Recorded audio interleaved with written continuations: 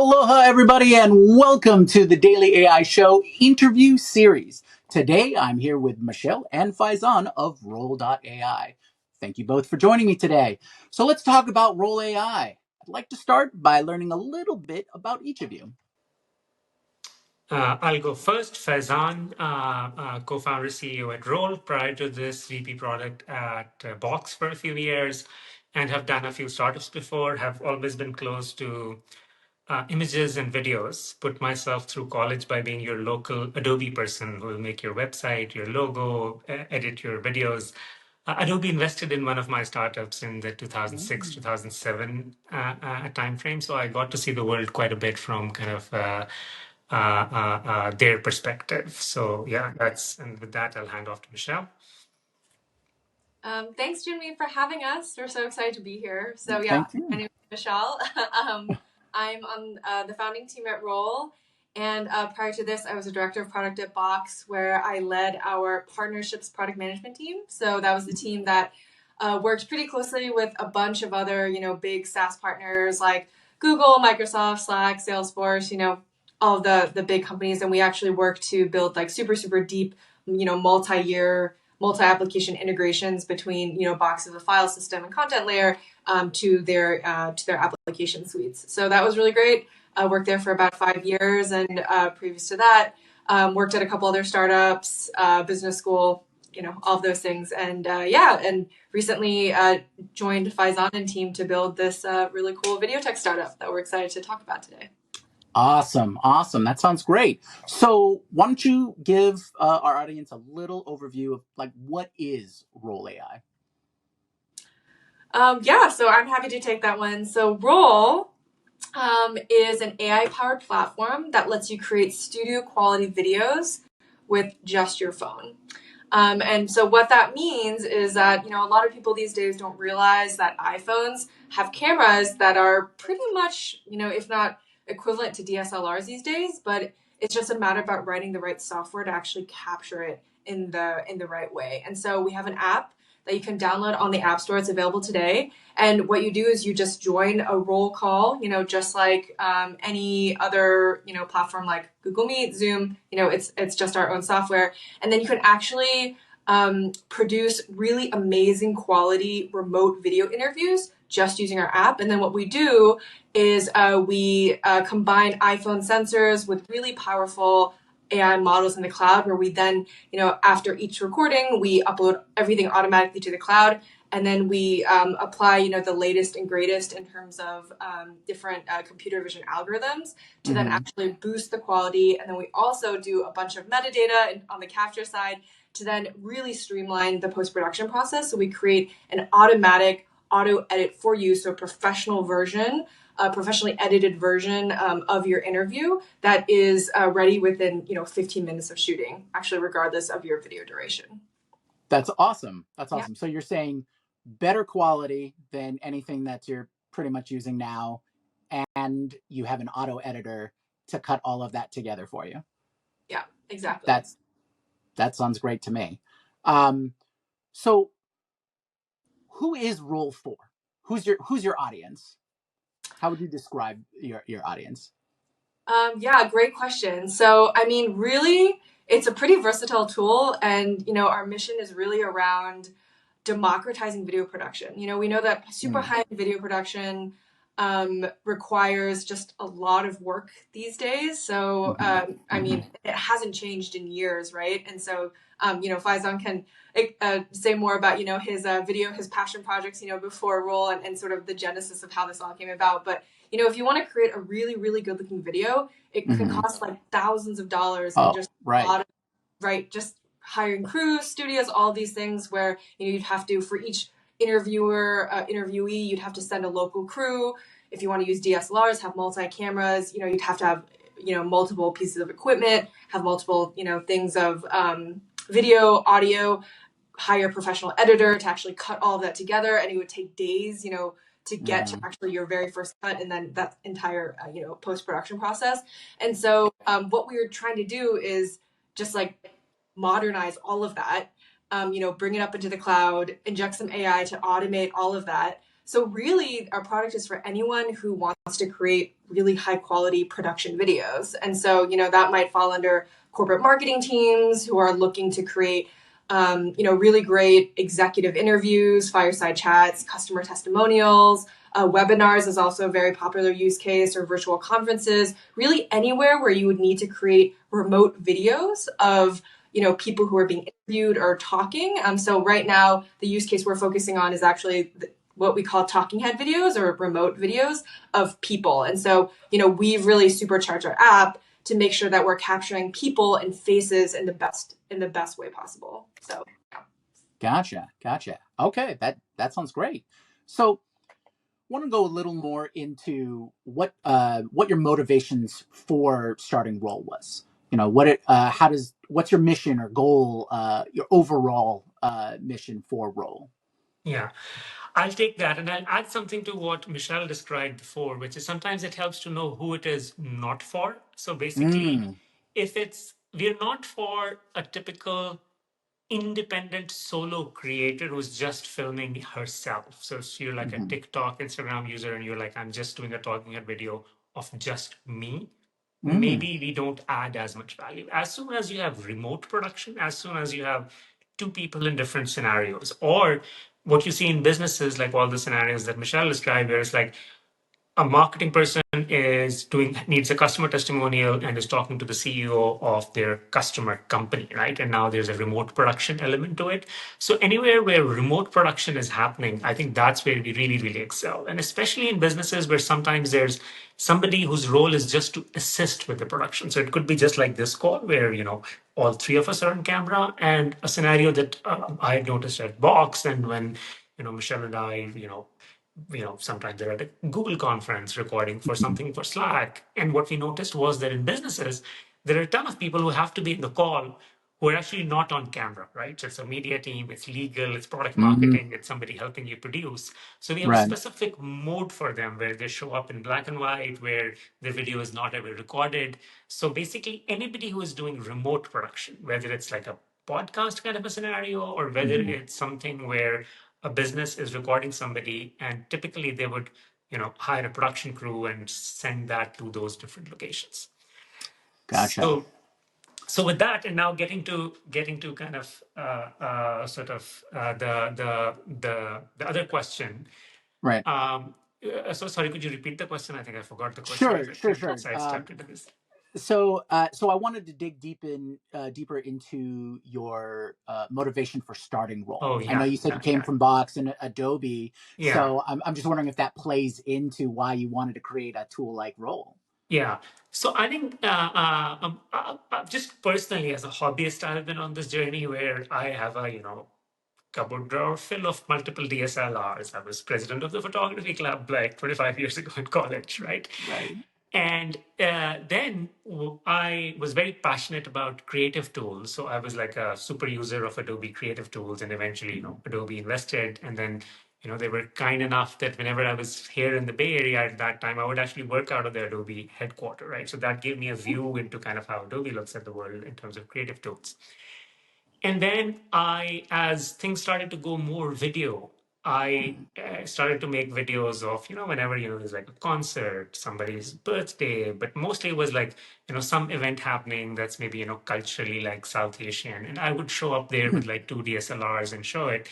And, then I would spend like weeks editing it, right? And it was a passion project, right? It's like my day job is something else. But Right. I was so passionate about it that I got good enough that, sometimes I get invited and I'm like, no, no, no, I'm not a photographer. No, you can't pay me to, you Right. can't pay me to kind of make a video of your event. And some of these kind of like South Asian celebrities ended up, liking or sharing my stuff.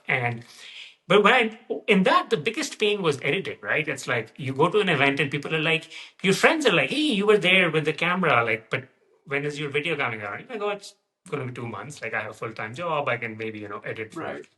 an hour a day and it's going to take a long time. Right. Then there was something at Box that I noticed, which was Box obviously has, a big chunk of Fortune 500 customers. Mm-hmm. And we were both very fortunate and kind of lucky to have spent many years there. It's a great company and it has a great set of customers. So what I noticed there was that uh, video was the fastest growing file format. So across, thousands of customers and Right. millions of files, you start to see these trends. And video was the fastest growing file format, right? And as I started looking at that, I kind of talked to customers and looking at their needs. What I figured out was what are these videos? Why are they making all of these videos? So it turned out that it was this trend of marketing and even internal communication, just like Hmm. when people are doing enterprise sales kickoff and they're just Right. training the internal people and saying, hey, this is our sales strategy for this year. These are our sales tools. And you could see a bunch of that happening. So I could see video happening. And, sometimes I was the guest, right? Sometimes it's like, hey, we are recording something, we're recording at our annual conference, and we have hired a video production company. The production company sends some gear to my home, sends some Right. gear to Aaron's home, sends some gear to, sometimes it's like Aaron is interviewing a celebrity like Magic Johnson, and maybe we send Hmm. something over there, right? So I saw a bunch of those video production kind of challenges. I also saw the trajectory of how kind of iPhone photography was going better and better. And in Hmm. about 2019-20 timeframe, I started noticing a change in myself where I would go on trips and I wouldn't have my DSLR back because the iPhone had gotten decent enough that the ease of use, there were still things that you could only do with the DSLR, but I Right. could take really good photos and it was good enough, right? So that was one trend. And then in 2017, I was running a machine learning strategy for Box, and that meant that we had partnerships with Google, Amazon, Microsoft. We got exposed to, and again, like I'm so thankful to Box for that experience where all of these cloud companies with their kind of their AI teams would come in and kind of tell us about what they were planning over the next 5 years, what are things that Mm. could kind of possibly happen. So Right. I got really hooked into kind of like machine learning sort of research. And around 2017 was kind of the time period where it was like I became the person who reads, you know, a lot of machine learning research Learning. Right. papers, right? So then, when we started Roll, so we both, Michelle and I, left about Box about 2 years ago. And what was happening was this idea that here is this problem, which is Hmm. people spend anywhere from $5,000 to $100,000. First, specialists have to show up to record a video. Then Right. you have to figure out how to upload it. Then you have Right. to figure out how to edit it. Then you have to figure out how people see that edit. And that whole Hmm. problem with these three trends combined, the power of mobile, the Hmm. power of cloud, and the Mm. power of AI, right? So if you Mm. package this into a SaaS, it's a problem big enough that there can be companies that are multi-billion dollar companies that are solving this problem, which is we will make video production easy because everybody is going in this direction. And so that was kind of the genesis, like watching these three trends of mobile, cloud, AI, and then having been kind of just a hobbyist user who creates videos, uses cameras, and seeing, hey, you know what? iPhone cameras have become really, really good. And seeing even like the neural chip, what you could do on the phone, what you could do in the cloud, like a combination of that was kind of led us to believe that this is the right time to attack this problem. So you recognized all of those trends and it kind of formed the perfect storm, and that was the switch. Yeah, yeah. Gotcha. Okay, that sounds awesome. I kind of tangentially touch on each of those myself, so I totally know where you're coming from, and I'm so glad you came up with this. I know all of my filmmaker friends will, give me a hard time, but I wanted to, move to shooting on mobile devices for years now, mainly because I did a lot of G&E work myself, and I don't like carrying everything. You know, I'll just put it as simple as that for me. It's like, yeah, I'd rather have a backpack full of phones and stands and some LED lights than carrying huge Fresnels, big old cameras like a Red or something, along with everything else. So yes, thank you so much for creating Roll. So, as you say that, I can share an interesting tidbit. We have actually, once we launched Roll, a bunch of, production agencies, production houses signed up.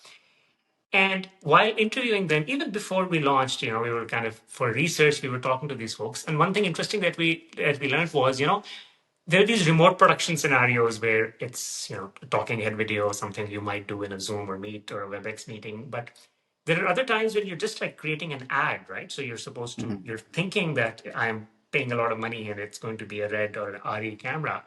And Right. production houses invariably would kind of share that, sometimes we actually have footage which is used, but we actually shot it with the phone and Phone. we don't end up telling the client. It was like, I needed a really Right. good sunset. We didn't have a good shot of a sunset.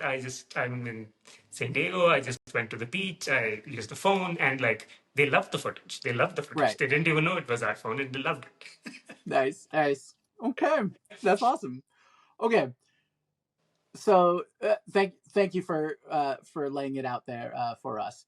Now, I wanted to get into a little deeper on what do you think roles place is in the AI landscape? We've seen so many things coming out in this last year, really, with ChatGPT launching everyone into the mainstream or launching AI into the mainstream.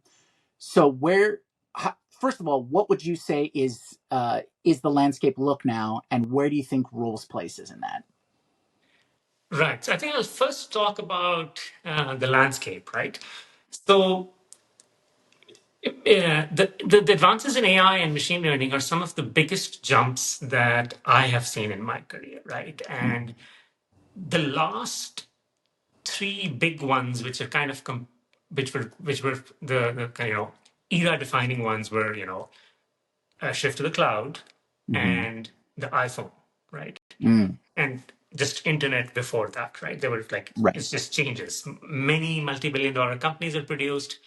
A lot of things that you do, they just change forever. It's like you're doing it this way, now you do it this way, and then that becomes the norm. I think AI is very interesting in the sense that the way it has evolved, and if I'm sometimes advising startups or VCs, it's not a very popular opinion, but I'll just say this: there's something very unique about the way the AI revolution is launched. It's the most incumbent-friendly revolution, and by that I mean what happens with cloud is, hey, Google has launched Gmail and Google Calendar, and it might take Microsoft more than a decade, 2 decades to catch up. It might take Microsoft a long time to get collaborative real time editing in desktop tools where Google does it and then is kind of leading the charge there. When you switch to the phone, and when phone came around, Adobe might take a very long time to respond in a way where they have one of the top tools, but Instagram happens and things like that happen, which basically mean that the incumbent is at a disadvantage because for Mm-hmm. decades what they have built is not transferable and has to be rewritten for it to be used in that platform. Okay. Right. So that's what happened with cloud. Right. That's what happened with iPhone, right? But in this particular case, uh, while Chat GPT and LLMs are super excited, right? Right. But they're also very easy to integrate, right? So the integration Mm-hmm. of Chat GPT today, it's a API like any Windows, Azure, or AWS API, right? Right. So, and also, it's a little it with scale it becomes expensive, right?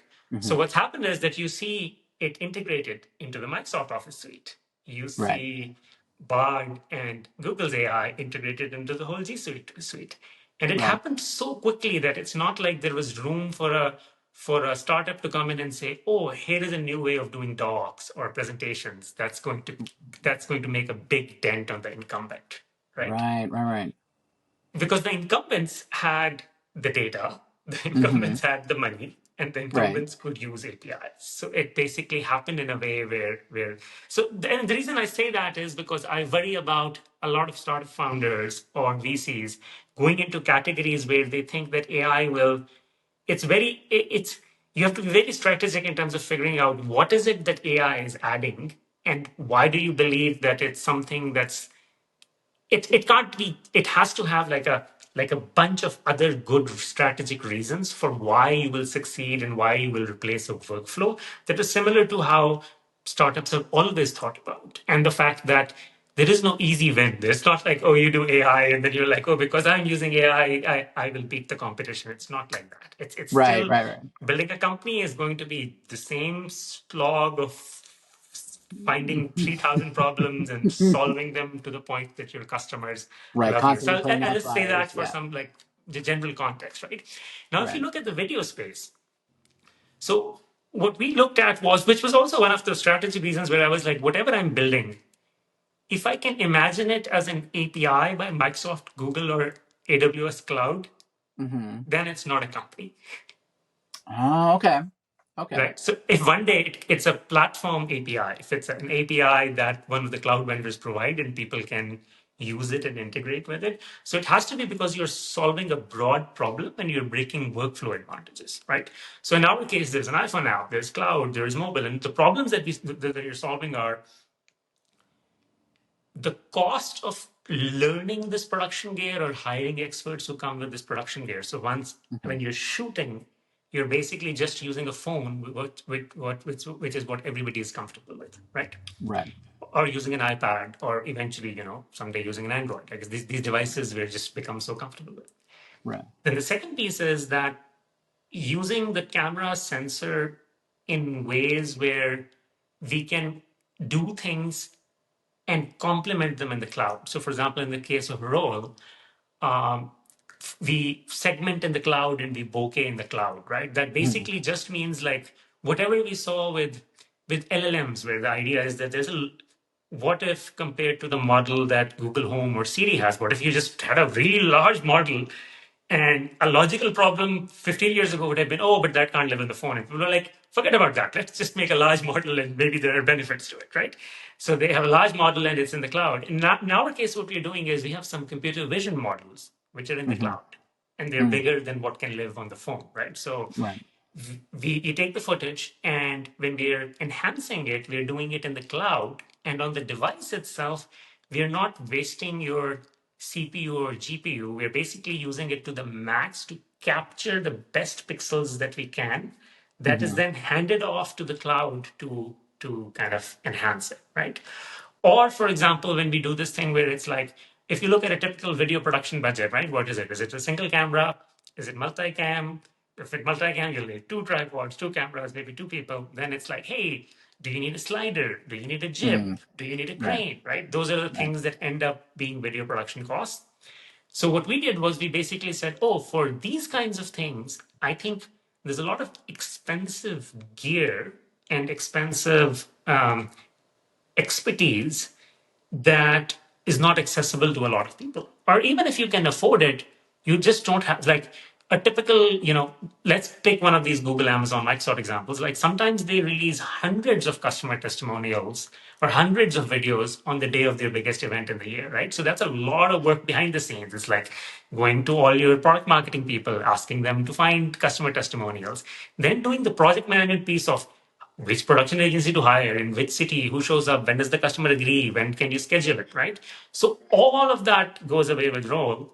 And then the last thing is, so for the slider jib stuff, what we are basically doing is we're taking your room and we are recreating it in 3D in the cloud, and then we can move the camera in that cloud, right? So we use generative AI, and we use generative AI in a way that's a bit different than a bunch of other use cases where we're using generative AI, but we have done it in a way where we're like, we're not really creating anything fake. So it might be that the pixels you see were created with generative AI, Mm-hmm. but you're still watching the real person and you're Right. still seeing his real room. So the generative AI pieces, when we modify the audio, it's not like somebody's fake audio. It's basically just saying, all the generative AI did was it was solving the problem of what if it was an expensive camera?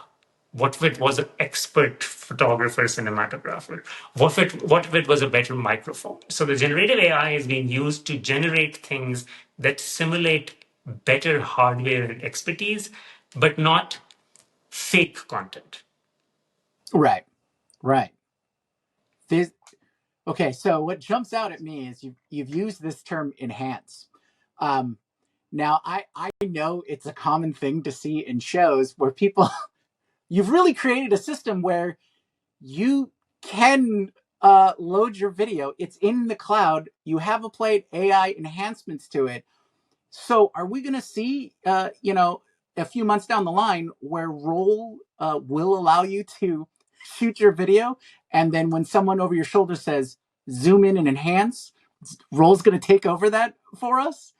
I mean, I mean, I'm joking here, but that's essentially in parts what you're doing here, right? With the 3D mapping and and being able to do the movement and everything like that, you are enhancing that video. Yeah, yeah, yeah. So, and in fact, the auto edit that we are generating, we are making a bunch of choices there, right? So, for example, right now, you are on an iPad, I am on an iPhone, Michelle is in our multicam mode, right? And in all of these modes, you get great video. In all of these modes, it's like, do you have 30 seconds for a setup or do you have 90 seconds for a setup? If you have 90 seconds for Mm-hmm. a setup, you can get to the mode that Michelle is using, right? So when we generate the video, with the auto edit, we are already doing a bunch of these things, which is, should we be on Michelle's wide angle right now? Should it be on Michelle's tight angle right now? Should it be a side by side of Faizan and Michelle, or should it be a side by side of three people? And Mm-hmm. then we also will generate sort of these AI movements. And I think one thing that we alluded to even in our launch video is that sometime soon, I'm not communicating the date here, we're basically going to launch our online text-based editor. So which basically means that the AI has made some choices. So Mm-hmm. today, a bunch of users just record and then they take our AI edit and just publish it on YouTube or Instagram or TikTok. And then sometimes there are users who are like, oh, I'm just going to do my own edit. And those users are also great. If you're like, hey, I need to do my own edit, we'll give you all the sources. We will also let you do the AI enhancement. So for example, you can apply our AI bokeh and then take those files and to your Final Cut Pro, Premiere, or something, right? You can take our generated camera movement and get like a small 6-second video and insert that wherever you want, or the AI will do it for yourself, right? Mm-hmm. So there are kind of there are elements of that in place today, and then we're coming up with like very simple web UIs where you will be able to take that AI edit as the foundation, where it's like, oh, it's almost like, here's the first cut. And if you want to Right. make some minor changes, you don't need to be a video expert and you'll be able to make them in that cloud UI. Right. And the great thing about that is because it's happening in the cloud, it doesn't matter what your machine is. It doesn't matter what your Mm-hmm. laptop is. It doesn't matter like if you're in a company, like you ask your marketing manager to do something, they're just logging into a browser. And in the cloud, there's like this massive compute capability that is Right. actually doing that job relatively quickly. Gotcha. Yeah. I That sounds great. I it does make me think, what do you think the next stage of evolution is, whether that be roles version of AI and ML kind of things, or in general? Are there things that you're waiting for or looking forward to integrate into the role experience? Yeah. So I think, as you know, like it's been crazy how much progress there is, right? So when I went to college, right, I was like, if you have a course of digital image processing and computer vision, you would Mm-hmm. take the digital. I took the digital image processing course, right? Because Right. that still seems more practical. And you were like, all of this thing is just academic. It moves so slow. It's so expensive. It doesn't actually. It's exciting, but it doesn't really do anything in the industry today, right? Compared to that, if you look at it today, there are things which were considered state of the art, right? So, like if you go back in December, right, and I think I was discussing this with kind of like a CPO of a big company, and I was saying, hey, you know what? I I think people are thinking it's like a Chat GPT only game, but that won't be the case, right? You'll Mm. see Google respond, and you will see open source community respond. So in 6 months, the landscape looks really, really different. Why? Because we've just never seen the pace of innovation that we are seeing today in terms Mm. of what we see the what was possible with AI 3 months ago, 6 months ago, 12 months ago, 24 months ago. Software was always fast, but this particular category is just moving faster than anything that you've seen before.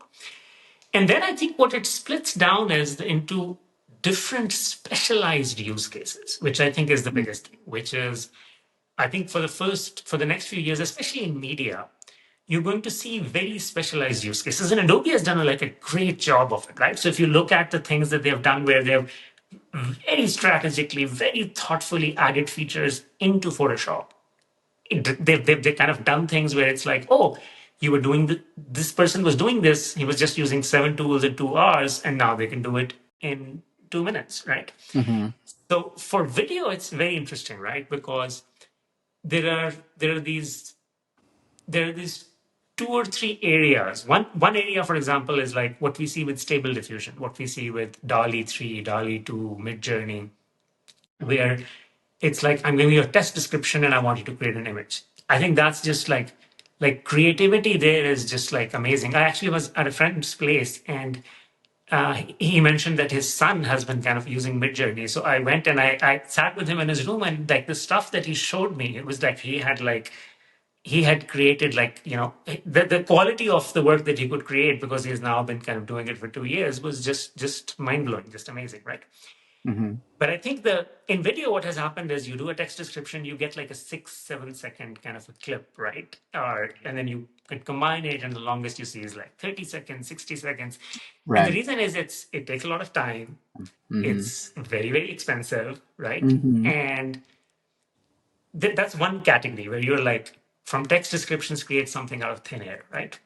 There's the other category, which I would say is kind of like the category of trying to trying to compete with special effects products. So like there's After Effects, let's say After Effects, right? Mm-hmm. Now, there is a valid AI competitor of them, right? So Runway ML is like, I'll do effects, Right. I'll do them in the cloud, Oh, and then right. you can come to me and I'll go do that, right?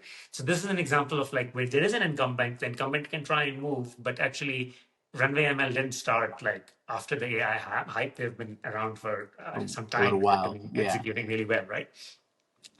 And the third piece is where it's like, let me generate a likeness of something, right? Which also has like companies like Synthesia, where you get a person who's not a real person, and you're like, I just want to make a sales and marketing video, and maybe it works. Maybe it like people engage more with the talking head video than the text case study. So I'll just have a synthesized person say that, and from a marketing perspective, it works, right? So you will see that category, right? So I think I would say the biggest mistake is when people think of all of these things and they lump them together, because they're Mm. not the same either at the technology level or the business level. Right? It's like, what are you trying to Right. achieve? What's the use case? Who will your end customer be? And then Right. the actual kind of technology piece that you're using, like you could broadly call it AI, you could broadly call it generative AI, but they eventually kind of they are very they start to do like many things, right? This is one of the things in software that when you look at it, a lot of times, and not just because of this, but because even in the internet and phone things, right? You think that things will converge, but typically when a new enabling technology appears, things diverge. Diverge. Oh, okay. So what happens is you get the phone and then you're like, it enables Uber and Lyft. But then Mm-hmm. there's another variation of it, which is DoorDash, and then there is Instacart, and then there is I can get somebody to come change my tires on my car, and that all says so. It's like location is available, cloud is available, cellular connectivity is available, and suddenly you see a mushroom of these things. So I think we Mm-hmm. will see a lot of new use cases. There Mm. is there is this view that I have, which is like things that incumbents are really good at, they will not be disrupted just because a startup decides to use AI. Right. One, Okay. they're not also asleep at the wheel as much as they were with cloud and mobile. So cloud and mobile, Mm-hmm. you saw how long it took Facebook to respond to kind of iPhone, and we saw how long it took Microsoft to respond to the cloud, right? But that's Mm-hmm. not the case today. Right. Microsoft, Google, Amazon, Adobe, immense investments in AI, immense investments in AI. Right. Right. Okay. All right. Okay. So, all right. I wanted to circle back to a little more specifics about role. Basically, get the future outlook. So, where do you see role in like 6 months or 12 months down the line? Is there a roadmap you can share with us? We have a roadmap, and I don't know if I can share all of it. I think I can talk. I can talk broadly to it. So I think there are. So let's just look at the current state of the company, right? We just announced the company a few months ago, right? Which is Mm-hmm. like we were all stealth. We hadn't even kind of like updated our stuff. So we were at a point where we were like, you know what? We think we're at a point where we can start solving some users' problem. The complete solution that we have has not launched, but we announced the pieces that we thought were enough for some of the use case, right? The Mm-hmm. obvious next step, which we have alluded to before, is the idea of, hey, so if the AI does auto edit and then I want to make modifications to it, right? Mm-hmm. How do I do that? And we're working on something which will let you do that very, very easily, right? Where even if you don't want to go into Premiere or Final Cut Pro, or you don't want to hire an editor, we will democratize that. It's like, think of it as like Google Docs for video editing, and you will kind of get that. And then again, the beauty of it is that because it's very integrated with our system, we can do things that you could not if you were like an external editor, and if you couldn't figure out for example, the AI hints. We actually bake AI hints while we are recording the video. So right now, while the video is being recorded, Mm-hmm. the neural chip on the phone is actually recording in each frame where my face is, where my body is, and then that's who is talking. And Right. we're kind of using that as input because one of the things you'll notice in ChatGPT was like these limits around like, oh, if you wanted to read this novel and then do something, it's going to take a lot of time to read a novel. And it's the same is true in video editing, where it's like, Right. oh, we did, let's say, a 1 hour conversation between three people, and let's assume that three was a multicam, so it would be like 6 1 hour video streams and Mm-hmm. three audio streams. And whoever is going to edit, whether a human or AI, might need to look at the whole of it first once, and that's in itself like a prohibitive cost, right? So what we did was we looked at the AI capabilities on devices, and we said, hey, let's break it up. We'll do AI in the cloud too. We'll do Mm-hmm. AI on the device too. If you start doing it on the device and you're like, I want to generate the video too, it starts to lose quality. It starts to lose production quality. So it was like looking at what makes the most sense where, right? So now that we have, our browser app and our kind of iPhone app out there, the next step for us would be something in the cloud where, and you can already see hints of it, right? So, for example, when we record this video, you will see that you see a good preview of all camera angles. It's both horizontal and vertical. So we'll generate a vertical video automatically if you want to do that, right? So Mm-hmm. at some point you can imagine us just saying, hey, I want to create these clips, and it's like I just want to create like social media bites from these videos, and I can just do that easily in a UI without knowing a lot about editing, right? Right. And then there are things where it's like there are things that you can keep enhancing with AI, right? So for example, today we've enhanced a lot around video with AI, right? Mm-hmm. And I think there's a lot of room to enhance things with audio with AI. So it could be Mm-hmm. that right now we're able to simulate a much better camera setup, and I think we'll help you simulate a much better microphone setup too. In addition to what we're already doing, you'll start to see kind of more of those things, right? So in the case of Roll, I think like our key benefits are two, right? Capture production quality, Mm-hmm. get production quality, amazing image quality at capture time Mm-hmm. using consumer hardware. So we'll keep enhancing the list of hardware that we support and kind of the raw stuff. And then the next piece is when it goes to the cloud, have processing there, which creates really production too, right? And then the middle piece, which is not the sexy AI stuff, but actually the glue that holds everything together, is where you're Mm-hmm. like, oh, I have I can go into the cloud, and I was the media team in a production helping produce videos for a company, and now I have this browser. I go in and I can see all of my videos. I can see the videos that I made 6 months ago. I can go edit them. There were AI edits, and I can go change those edits, or I can make an edit, and there are 5 people who need to approve it before it goes, and they can all go to the same place. So in video editing, what happens most of the time is you're downloading a big file, you're uploading a big file. All the video Right. production workflow is like download a big file, upload a big file, Right. download a big file, upload a big file, and our goal is that we will take that away because everything is available sort of in the cloud by default without the user having to do anything. And then we'll kind of enhance that. So I think in all the areas that I mentioned, you will see as role grows and as time passes by, you will see us make kind of major improvements in all of these areas. Awesome. Yeah, like in as you were talking, I like in my head I'm like, "Oh, I won't need that service anymore. Oh, that's handling my media management. Oh, I can put all my captions and my subtitling and monitor it all through here, and then I can do collaborative edits down the line." Yeah. So, I think I'm picking up what you're putting down, and it's got me really excited. This is fantastic. Um, is there anything that you would like our audience to know about Roll? Like where they can find you? What what do you want out of all of this, really?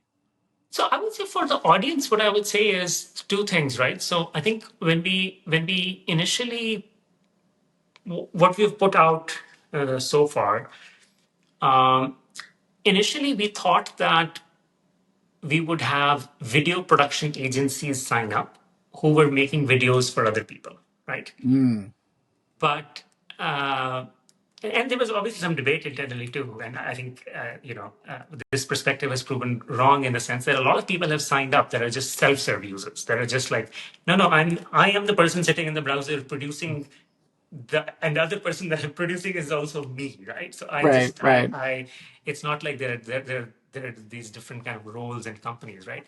So we don't have a ton of good what I would call user education content today. So Mm. what we kind of encourage folks, especially businesses, is we offer a little bit of white glove hand holding today to make sure that things that we don't have a lot of user education content or marketing content on, we can handhold you and we can teach you. And I Mm. don't think we've done a good job of communicating that. So that's one thing that I want to communicate, that we offer that. So if you're a Hmm. business and you sign up and you have a video that you want to record in a month, it's not like we're saying, hey, here's some software, you figure it out and you go do it. You can contact us and we will help you make your first video. That's awesome. A little bit of hand holding. Don't be afraid to contact Roll. They will help Exactly. you step by step. That's awesome. Exactly. Exactly. And don't assume that it's like a business that'll say, hey, you go figure it out yourself. What we're saying is, Right. hey, we are here to help your business. And if you're creating a video and you Mm-hmm. want us to give you a little bit of hand holding, and again, having worked in these companies, the idea is that the media team is, accountable to a bunch of people for success. So we want to say, hey, you will get the best of us as you're trying to set it up. We will set you Mm-hmm. up. If you want, we will join your first call. We will like be the remote producer that's not recorded, and we will help you do that first call so that you can go ahead. I think that's one of the biggest things that I think we haven't put out there as clearly as we should have, which is, hey, uh, we don't have all of our user education videos and user education kind of documentation out there in as crisp a form as we would like. So in the meantime, because we are seeing self-serve users and because we are seeing production companies sign up, I would say that in some sense we are overwhelmed with the announcement, because I think what happened was it clearly touched a nerve, and I would say thousands more people have signed up than I estimate than I initially thought. Right. So Right. so so we're just a little bit behind on like getting everybody to kind of onboard quickly. And I think that the next step that I would say is, if you are looking to create videos, if you're looking to create CEO fireside chats, customer testimonials, your business wants to start a podcast, if you're looking at these scenarios, you can start today. I think Mm-hmm. what happened was, I've seen this journey with mine, and I've seen this with a friend of mine, right? So I have a friend whose brother is actually not in the US, but in another country is the number one blogger, right? And he's Mm-hmm. here in the US and he wants to looking to create a blog, right? And he has DSLRs, and he's going to start with like the same kind of like professional equipment, and has a lot of passion around it, right? What's happening in a lot of businesses is that people feel like, oh, I'll do like 6 months of research and then I'll buy cameras and then I will learn them and then that's how it's going to start. And I think my message is you can start today. Just pick up your phone, Right. install Roll, talk to us. The kind of image quality that you can deliver Mm-hmm. with a very minimal budget compared to what it used to cost before, I think the delta is just mind boggling, but most people haven't actually internalized that yet. They still think that they need $10,000 of equipment and 6 months of training or hiring experts to be able to do that. Would you describe Roll's goal or some of the key points that it hits is lowering the barrier of entry? Yes, Yeah. definitely. Yeah.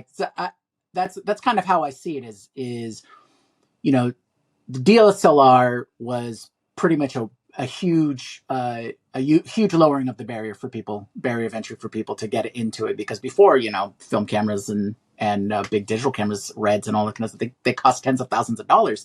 I would like to spend $1,000 and be able to do it. Being able to use your phone to get this very high quality video and experience, I think that will even, maybe even bring it down to the floor for everybody to really get in. And, and coming from a medium filmmaking background, I really like that, especially when you've given me memories of my college days. And yes, we were working with zero budgets. We had no money. We had to scrounge up anything that we could to make our films. And I think this is fantastic. So I want to just say thank you, number one, and thank you for taking the time. And audience, please, if you have any inkling, just go to Roll and they'll help you through it. I really love that you're willing to take on that that extra step for people. That's really heartening. The last piece I would just add is to add to what you were saying was, if there is a short film that has won an Oscar that was shot on an iPhone, if Steven Spielberg can make a music video with an iPhone, if Lady Gaga can have a music video that was shot on an iPhone, trust me, you'll be okay if Yeah, you right. use the right tools and software with content. Awesome. Yeah, no, perfect. Was there anything else that you wanted to add, either of you? Otherwise, thank you so much. I hope that you'll come back and we can talk some more. But other than that, everybody go check out Roll.ai, find out some more, and take it easy. Aloha. Thank you. Thanks for me.